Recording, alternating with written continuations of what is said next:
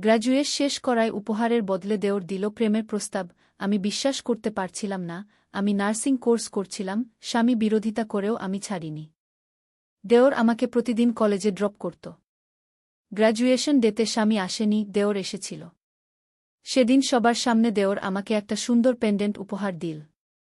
বাড়ি ফেরার পথে গাড়িতে সে বলল, বুদি, তুমি জানো আমি কতদিন ধরে চেপে রেখেছি। আমি তোমাকে ভালোবাসি, শুধু বুদি হিসেবে নয়, আমার স্ত্রী হিসেবে চাই। তুমি পড়াশোনা করতে চাও, আমি তোমাকে সাপোর্ট করব। ভাইয়াকে ডিভোর্স দাও, আমাকে বিয়ে করো। আমি তোমাকে স্বপ্ন পূরণ করতে সাহায্য করব। আমি অবাক হয়ে তার দিকে তাকালাম। আমার জীবনের এই গুরুত্বপূর্ণ দিনে যেখানে আমার স্বামী আসেনি, সেখানে দেওর এসেছিল, আমাকে সাপোর্ট করেছিল। কিন্তু এখন সে আমাকে এভাবে দেখে। তুমি কি বলছ? আমি চোখ বড় করে জিজ্ঞাসা করলাম। এসব কি রকম কথা? বুদি, আমি সত্যি বলছি। দেওর গাড়ি একপাশে পার্ক করল। আমি কতদিন ধরে দেখি ভাইয়া তোমার পড়াশোনা নিয়ে কত বিরোধিতা করে, কিন্তু আমি সবসময় তোমাকে সাপোর্ট করেছি, তাই না? কারণ আমি তোমাকে ভালোবাসি, তোমার স্বপ্নকেওই। আমি পেন্ডেন্টটা হাতে নিয়ে দেখতে লাগলাম। এটা একটা সুন্দর নার্সিং সিম্বল। তুমি আমাকে সাহায্য করেছ, সেজন্য আমি কৃতজ্ঞ। কিন্তু এসব কথা বলা অনুচিত। তুমি আমার দেওর, আমার স্বামীর ভাই। আমি জানি বুদি। দেওর আমার দিকে ঘুরে বসল। কিন্তু আমার হৃদয় যা বলে আমি তাই বলছি। আমি তোমাকে ভালোবাসি, তোমার স্বপ্নকেও। আমি চাই তুমি আমার স্ত্রী হও। আমি তোমাকে সব সাপোর্ট দেব যা ভাইজা কখনো দেয়নি। আমার হাত কাঁপতে লাগল। গ্র্যাজুয়েশনের খুশি এখন মিলিয়ে গেল। তুমি পাগল হয়ে গেছ। আমি তোমার ভাবিই থাকব, আর কিছু না। বুদি, আমার অনুভূতি পাগলামি নয়। দেওর আমার হাত ধরল। প্রতিদিন যখন আমি তোমাকে কলেজে নিয়ে যেতাম, তোমার মুখে সেই আনন্দ দেখে আমি বুঝতাম তুমি কতটা খুশি। আমি চাই সেই খুশি তোমার মুখে সারা জীবন থাক। ভাইয়া তোমাকে সেই খুশি দিতে পারেনি, আমি পারব। আমি তার হাত সরিয়ে দিলাম। এসব কথা আর কখনো বলবে না। আমাকে এখন বাড়ি নিয়ে চলো। বুদি, একবার ভেবে দেখো। দেওর আমার চোখের দিকে তাকাল। আমি তোমাকে সত্যিই ভালোবাসি। আমি তোমাকে স্ত্রী হিসেবে চাই, তোমার সব স্বপ্ন পূরণে সাহায্য করতে চাই। এই গল্পটি সম্পূর্ণ শুনলে আপনাদের পানি অটোমেটিক বের হয়ে যাবে, সো যত দ্রুত সম্ভব হাতের কাছে টিস্যু নিয়ে বসে পড়ো। বিছানার চাদর যেন নষ্ট না হয় সেটা সম্পূর্ণ খেয়াল রাখার অনুরোধ জানিয়ে গল্পটি এখন শুরু করব। তার আগে সর্বশেষ অনুরোধ, দয়া করে এমন পানি বের করার গল্প নিয়মিত শুনতে আমাদের চ্যানেলটি সকলেই সাবস্ক্রাইব করুন। ধন্যবাদ। হ্যালো বন্ধুরা, আমার নাম অনামিকা সেন। আমার বয়স ৪২ বছর। আমার স্বামীর নাম প্রতীক সেন, বয়স ৪৫ বছর। আমাদের ২ সন্তান, রোহন আর শাইনি। রোহন ১৯ বছর বয়সী, কলেজে পড়ে। শাইনি ১২ বছর বয়সী, স্কুলে যায়। আমার জীবনে এমন কিছু ঘটেছে যা আমি কখনো ভাবতেও পারিনি। আমার স্বামীর ছোট ভাই সুমিত, সে আমাদের বাড়িতেই থাকে। তার বয়স ৪০, বিয়ে করেনি। আমরা সবাই মিলে খুব সুন্দরভাবে থাকতাম। কিন্তু একদিন হঠাৎ করেই সবকিছু বদলে গেল। আমি সেদিন আমার পড়াশোনা শেষ করে হাসপাতালে একজন নার্স হিসেবে যোগ দিয়েছিলাম। আমার স্বামী প্রতীক আমার পড়াশোনা নিয়ে কখনোই উৎসাহী ছিল না। তার ধারণা ছিল আমার ঘরে থাকা উচিত, বাইরে কাজ করা নয়। কিন্তু আমি ছাড়িনি। সুমিত আমাকে সবসময় সাহায্য করত, সাপোর্ট দিত। প্রতিদিন সে আমাকে কলেজে ড্রপ করত, ক্লাস শেষে আবার নিয়ে আসত। আমার স্বামী রাগ করলেও সুমিত কখনো আমার সাপোর্ট করা ছাড়েনি। আমার গ্র্যাজুয়েশনের দিন প্রতীক আসেনি। সুমিত এসেছিল। সে আমাকে একটি সুন্দর পেন্ডেন্ট উপহার দিয়েছিল, একটি নার্সিং সিম্বল। আমি খুব খুশি হয়েছিলাম। কিন্তু বাড়ি ফেরার পথে হঠাৎ সুমিত আমাকে প্রেমের প্রস্তাব দিল। সে বলল সে আমাকে শুধু ভাবি হিসেবে নয়, তার স্ত্রী হিসেবে চায়। সে চায় আমি তার ভাইকে ডিভোর্স দিয়ে তাকে বিয়ে করি। সে আমাকে সবরকম সাপোর্ট দেবে বলে প্রতিশ্রুতি দিল। আমি বিশ্বাস করতে পারিনি। আমি সুমিতের উপর বিশ্বাস করতাম, কিন্তু সে এমন একটা প্রস্তাব দিয়ে আমাকে বিব্রত করে দিল। আমি তাকে স্পষ্ট করে বললাম যে এটা অসম্ভব, আমি কখনোই তার ভাইকে ছেড়ে তার সাথে থাকতে পারব না। সেদিন রাতে আমরা বাড়ি ফিরলাম। আমি সুমিতের কথা নিয়ে চিন্তিত ছিলাম। কোনোভাবেই আমার স্বামীকে এ ব্যাপারে বলতে পারিনি। কিন্তু আমি দেখলাম সুমিত আমার সাথে কথা বলছে না, এড়িয়ে যাচ্ছে। পরের দিন সকালে সুমিত কোথায় যেন বেরিয়ে গেল। সারাদিন সে ফিরল না।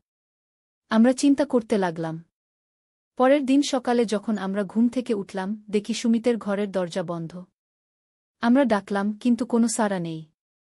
আমরা দরজা খুলে দেখি ঘরে কেউ নেই। কিন্তু বিছানার উপর একটা চিঠি পাওয়া গেল। চিঠিতে লেখা ছিল, আমি কিছুদিনের জন্য বেরিয়ে যাচ্ছি। চিন্তা করবেন না, আমি ঠিক আছি। এতে আমরা কিছুটা স্বস্তি পেলাম, কিন্তু আমি ভেতরে ভেতরে জানতাম সুমিত কেন চলে গেছে। সে আমার প্রতিক্রিয়ায় হতাশ হয়েছিল, কিন্তু এটাও জানতাম এটাই সঠিক সিদ্ধান্ত ছিল। আমি আমার পরিবারকে ভালোবাসি, আমার স্বামীকেও। তার ভাইয়ের সাথে এমন সম্পর্ক অকল্পনীয়। কিন্তু এই ঘটনার কয়েকদিন পরে আমাদের বাড়িতে অদ্ভুত ঘটনা ঘটতে শুরু করল। প্রথমে আমরা খেয়াল করলাম আমাদের বাড়ির জিনিসপত্র সরে যাচ্ছে। আমি যেখানে রাখতাম পরের দিন দেখতাম অন্য জায়গায়। আমার স্বামী প্রতীক মনে করত আমি ভুলে যাচ্ছি, কিন্তু আমি জানতাম আমি কিছু ভুলিনি। একদিন রাতে আমরা সবাই ঘুমাচ্ছিলাম, হঠাৎ কিসের শব্দে আমার ঘুম ভেঙে গেল। যেন কেউ হাঁটছে, জিনিসপত্র নাড়াচাড়া করছে। আমি প্রতীককে ডাকলাম, কিন্তু সে গভীর ঘুমে। আমি ভয় পেয়ে আস্তে আস্তে উঠে দরজা খুললাম। করিডোরে কাউকে দেখতে পেলাম না, কিন্তু আমার মনে হলো কেউ আছে। আমি টর্চ নিয়ে বাড়ি খুঁজতে লাগলাম। কোথাও কাউকে দেখতে পেলাম না, কিন্তু বাচ্চাদের ঘরের সামনে এসে আমি দেখলাম একটা ছায়ামূর্তি ছায়ার মতো সরে গেল। আমি ভয়ে চিৎকার করে উঠলাম। প্রতীক আর বাচ্চারা ঘুম থেকে জেগে উঠল। প্রতীক বাড়ি খুঁজে দেখল, কিন্তু কিছুই পাওয়া গেল না। সে আমাকে বলল, স্বপ্ন দেখেছি। কিন্তু আমি জানতাম এটা স্বপ্ন ছিল না, কারো উপস্থিতি আমি অনুভব করেছিলাম। পরের দিন সকালে আমি আমার বাচ্চাদের স্কুলে দিয়ে হাসপাতালে গেলাম। কাজ করতে করতে হঠাৎ আমার মোবাইলে একটা মেসেজ এলো। নাম্বারটা অচেনা, বোঝা যাচ্ছিল না কার থেকে এসেছে।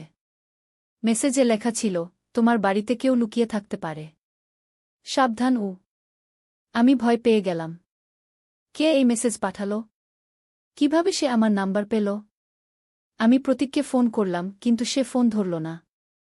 আমি তখন রোহনকে ফোন করলাম। সে কলেজ থেকে বাড়ি ফিরেছিল। আমি তাকে সতর্ক করে দিলাম, ঘরের দরজা জানালা ভালো করে চেক করতে বললাম। সেদিন বাড়ি ফিরে আমি প্রতীককে মেসেজটা দেখালাম। সে বলল একটা প্র্যাঙ্ক হবে, কেউ মজা করছে, কিন্তু আমি ততটা নিশ্চিত ছিলাম না। আমার মনে হচ্ছিল কিছু একটা ঘটতে যাচ্ছে। সেই রাতে ঘুমাতে যাওয়ার আগে আমি সুমিতের ঘরটা দেখতে গেলাম। আমি জানতাম না কেন, কিন্তু কিছু একটা আমাকে সেখানে টেনে নিয়ে গেল।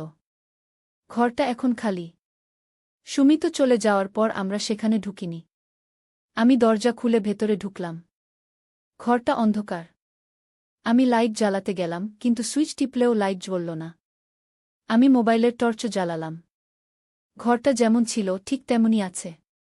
আমি চারপাশে তাকালাম। হঠাৎ আমার নজর পড়ল সুমিতের বইয়ের আলমারির দিকে। আমি সেখানে গেলাম। আলমারিতে বই সাজানো। আমি একটু একটু করে দেখতে লাগলাম। হঠাৎ আমার হাতে এলো একটা ডায়েরি। আমি ডায়েরিটা খুললাম। সেখানে সুমিতের হাতের লেখা। আমি ডায়েরিটা পড়তে লাগলাম। প্রথম দিকের পাতাগুলোতে সাধারণ দিনলিপি, কিন্তু যত পড়তে লাগলাম ততই চমকে উঠতে লাগলাম। সুমিত লিখেছে সে আমাকে ভালোবাসে। শুধু তাই নয়, সে আমার স্বামীকে পথ থেকে সরিয়ে দিতে চায়, যাতে আমি তার কাছে চলে আসি। আমি ভয়ে কাঁপতে লাগলাম। এটা কি সত্যি? সুমিত কি এতটাই পাগল হয়ে গেছে? আমি আরও পড়তে লাগলাম।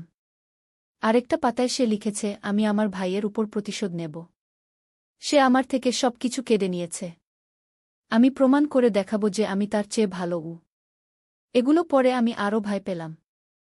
আমি ডায়েরিটা বন্ধ করে রাখতে যাব, হঠাৎ পেছনে একটা শব্দ হল। আমি চমকে উঠে পেছনে তাকালাম। কেউ নেই। আমি দ্রুত ঘর থেকে বেরিয়ে এলাম। ডায়েরিটা আমি নিয়ে এলাম। আমার স্বামীকে দেখাতে হবে। কিন্তু সেদিন প্রতীক দেরিতে বাড়ি ফিরল।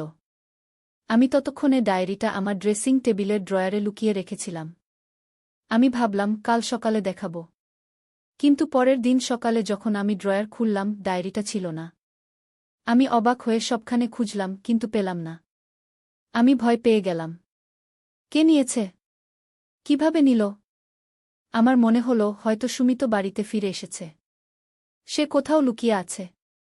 আমি প্রতীককে কিছু বললাম না। সে আমাকে পাগল ভাববে।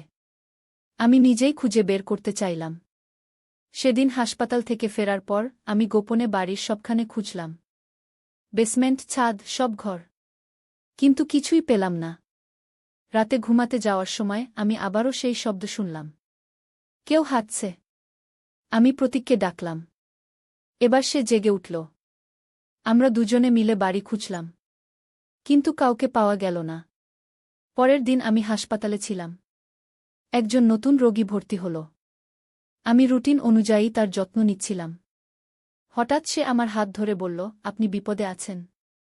সাবধান। আমি অবাক হয়ে তার দিকে তাকালাম। সে অচেনা। তার চোখে অদ্ভুত চাহনি। আমি জিজ্ঞেস করলাম, আপনি কি বলছেন? আমি কি আপনাকে চিনি? সে আমার দিকে তাকিয়ে বলল, আপনার দেওর, সে ফিরে এসেছে। সে আপনার পরিবারকে ধ্বংস করতে চায়। আমি স্তব্ধ হয়ে গেলাম।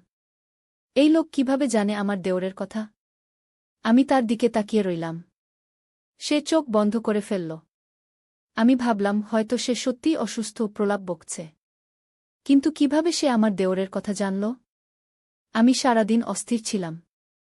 বাড়ি ফেরার পথে আমি আমার গাড়ি পার্ক করলাম। হঠাৎ আমার মনে হলো কেউ আমাকে ফলো করছে। আমি চারপাশে তাকালাম, কিন্তু কাউকে দেখতে পেলাম না। আমি দ্রুত বাড়ির দিকে হাঁটতে লাগলাম। বাড়িতে ঢুকে আমি দেখলাম আমার রোহন আর শাইনি টিভি দেখছে। আমি জিজ্ঞেস করলাম, তোমাদের বাবা কোথায়? রোহন বলল, বাবা এখনো অফিস থেকে ফেরেনি। আমি বললাম, আচ্ছা, আমি খাবার বানাচ্ছি। তোমরা একটু পরে এসো। আমি রান্নাঘরে গেলাম। ফ্রিজ খুলে কিছু বের করতে যাব, হঠাৎ একটা কাগজ দেখতে পেলাম ফ্রিজের উপর। আমি কাগজটা তুলে নিলাম। তাতে লেখা, আমি তোমাদের বাড়িতে আছি। তোমরা আমাকে দেখতে পাবে না, কিন্তু আমি তোমাদের সবাইকে দেখতে পাই। অনামিকা, তুমি আমাকে ফিরিয়ে দাওনি। এখন আমি তোমাকে প্রমাণ করে দেখাবো আমি কতটা ভালোবাসি। আমি হাত থেকে কাগজটা ফেলে দিলাম। এটা সুমিতের হাতের লেখা। সে আমাদের বাড়িতে। কোথায়? কিভাবে? আমি ভয়ে কাঁপতে লাগলাম। কি করব? প্রতীককে বলবো? পুলিশে যাব? আমি ধীরে ধীরে নিজেকে সামলে নিলাম। প্রথমে বাচ্চাদের নিরাপদ রাখতে হবে। আমি রোহন আর শাইনিকে ডাকলাম। ওরা রান্নাঘরে এলো। আমি বললাম, তোমরা আমার সাথে বাড়ি থেকে বেরিয়ে যাবে এখনই। রোহন অবাক হয়ে জিজ্ঞেস করল, কেন মা? কি হয়েছে? কিছু হয়নি বাবা। আমি কষ্ট করে হাসলাম। একটু কাজে বেরোতে হবে। চলো।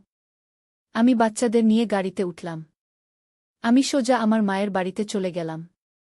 মায়ের বাড়িতে পৌঁছে আমি বাচ্চাদের দিলাম, তারপর বললাম, মা, আজ ওরা তোমার এখানে থাকবে। আমার একটু জরুরি কাজ আছে। মা জিজ্ঞেস করল, কি হয়েছে মা? তোমার মুখ ফ্যাকাশে লাগছে। কিছু না মা, প্রতীকের সাথে একটু কথা আছে। আমি রাতে ফিরে আসব। আমি দ্রুত বাড়ি ফিরলাম। প্রতীক এসে গেছে। সে আমার জন্য অপেক্ষা করছিল। আমি ঢুকতেই সে জিজ্ঞেস করল, বাচ্চারা কোথায়? কেন তুমি ওদের নিয়ে গেলে?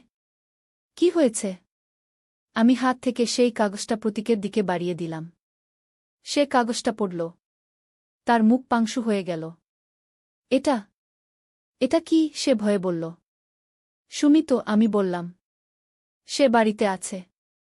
আমাদের বাড়িতে। কোথাও লুকিয়ে আছে। প্রতীক বিশ্বাস করতে পারছিল না। কিভাবে সম্ভব? সে তো চলে গেছে। না, আমি বললাম। সে আমাদের বাড়িতেই আছে।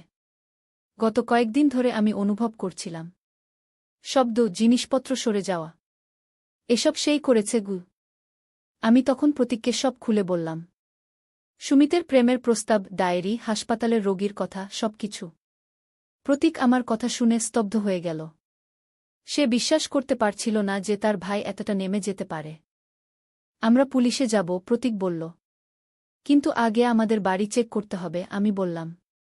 সুমিত কোথায় লুকিয়ে আছে তা জানতে হবে। আমরা দুজনে মিলে পুরো বাড়ি খুঁজলাম।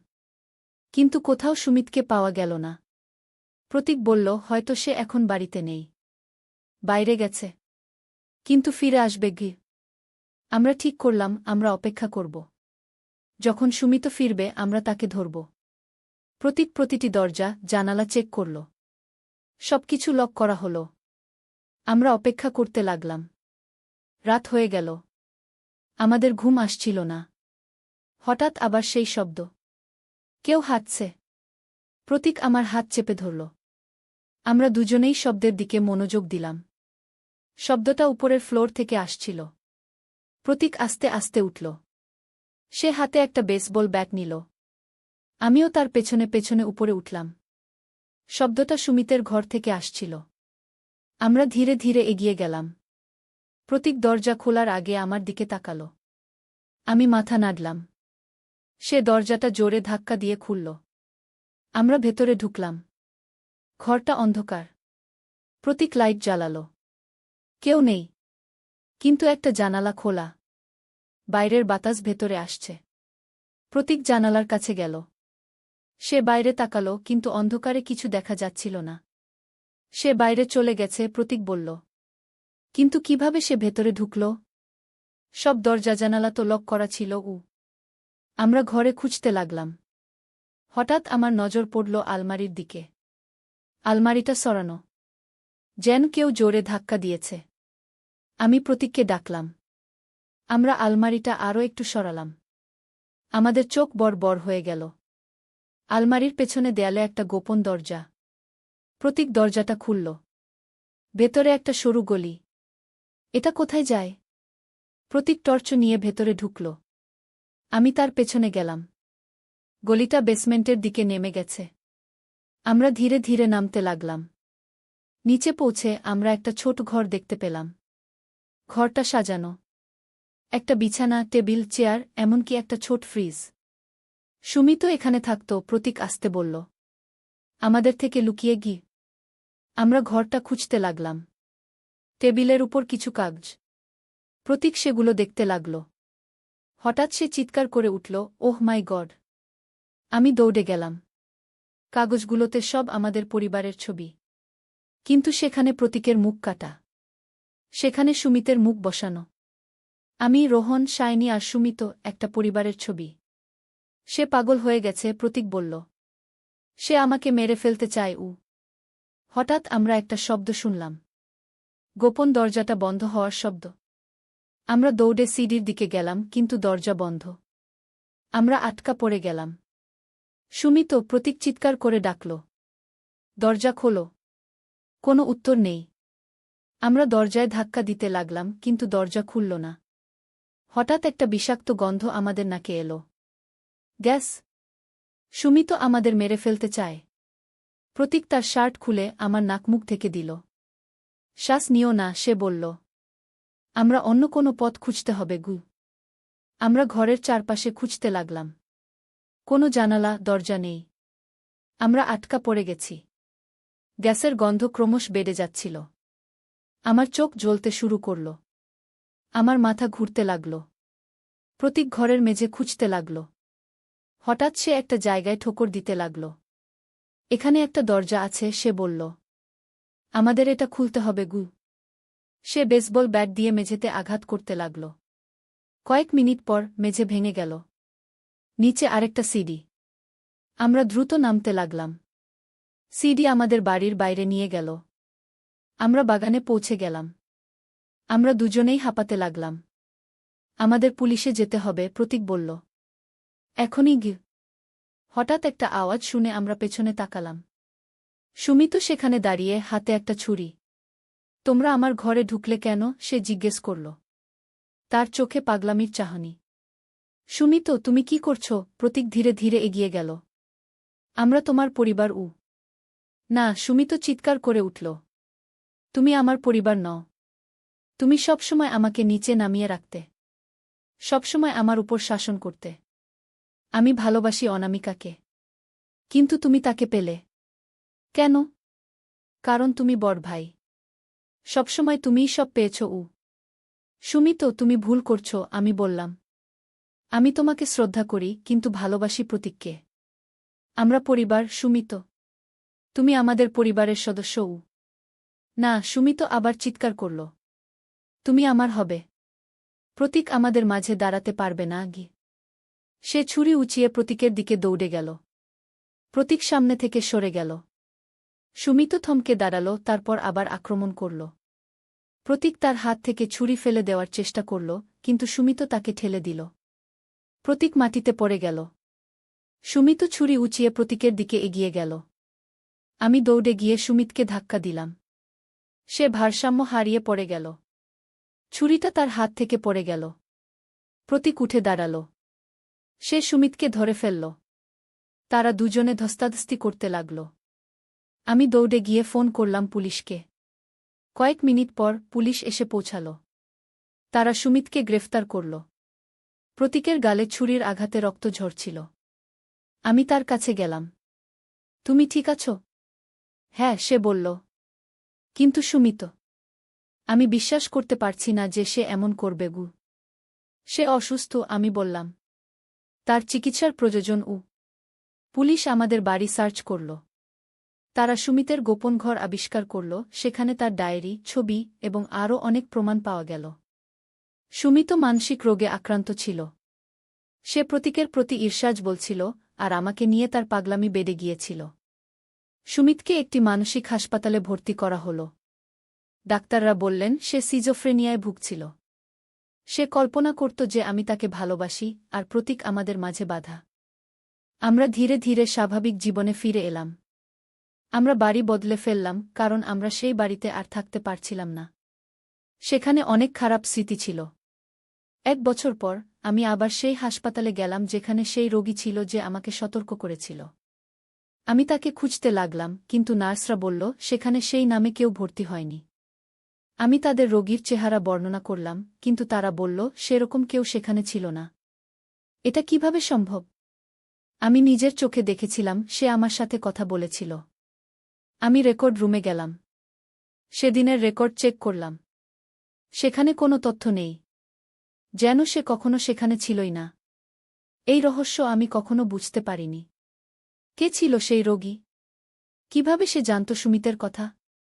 কিভাবে সে জানত যে আমি বিপদে? কিছু জিনিস হয়তো কখনোই ব্যাখ্যা করা যায় না। কিন্তু আমি জানি যে কেউই হোক, সে আমাদের বাঁচিয়েছিল। সে না থাকলে হয়তো আমরা সুমিতের পাগলামি সম্পর্কে জানতে পারতাম না, আর ভয়ঙ্কর কিছু ঘটতে পারত।